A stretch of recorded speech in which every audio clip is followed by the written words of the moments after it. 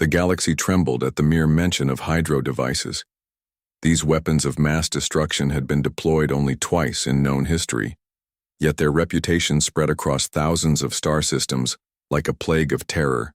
Civilizations rose and fell under their shadow, and peace treaties were signed with shaking hands by rulers who feared what lurked in their enemies' arsenals. Captain James Miller of the Earth Defense Fleet understood this fear better than most.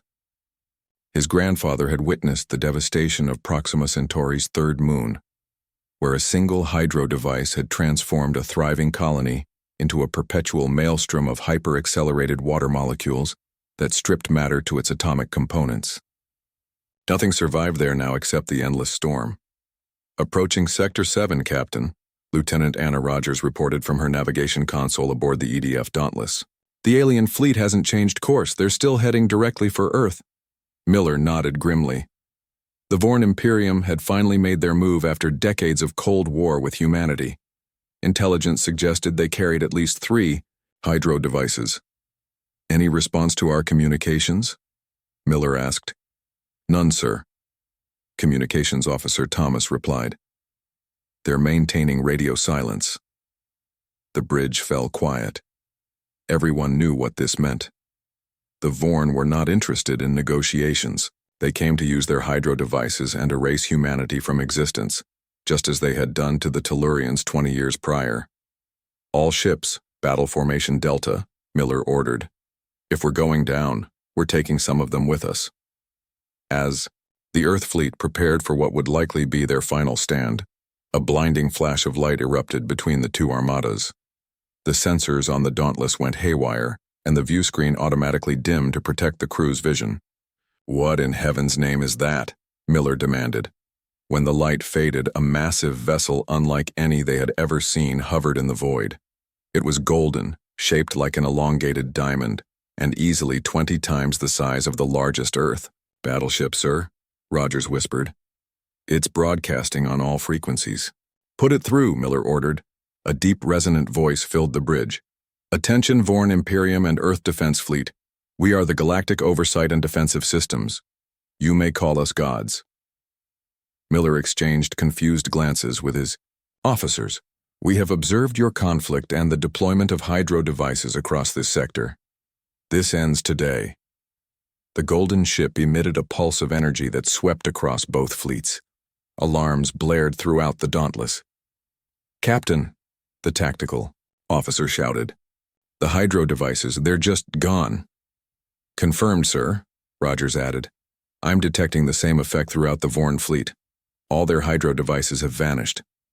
Before Miller could respond, the voice continued. "For too long, younger. Species have misused technology beyond their understanding. The hydro devices were never weapons. They were terraforming tools created by the ancients, meant to bring life to barren worlds." Miller felt his jaw drop. The most feared weapons in the galaxy were never meant for destruction. "We have reclaimed all hydro devices from this galaxy. Furthermore, we have removed the knowledge of their creation from your databases and minds. This technology will return only when your species prove ready." The Vorn fleet, suddenly stripped of their ultimate weapon, began to retreat. Without the threat of the hydro devices, they had lost their advantage. "But we do not leave you defenseless," the voice added. "In place of destruction, we offer creation." Small pods ejected from the god's vessel, drifting toward both fleets. "These contain information," Rogers reported as one approached the Dauntless. "Scientific data, medical breakthroughs, sustainable energy solutions." Miller watched in awe as the pod attached to their hull and began interfacing with their computers. "They're giving us technology but not weapons? The greatest defense is not found in the ability to destroy, but in the strength to create and cooperate," the gods explained. "Your two species have more in common than you realize. Learn from each other, build together, and perhaps one day you will join us among the stars." Over the following months, an uneasy peace formed between humanity and the Vorn.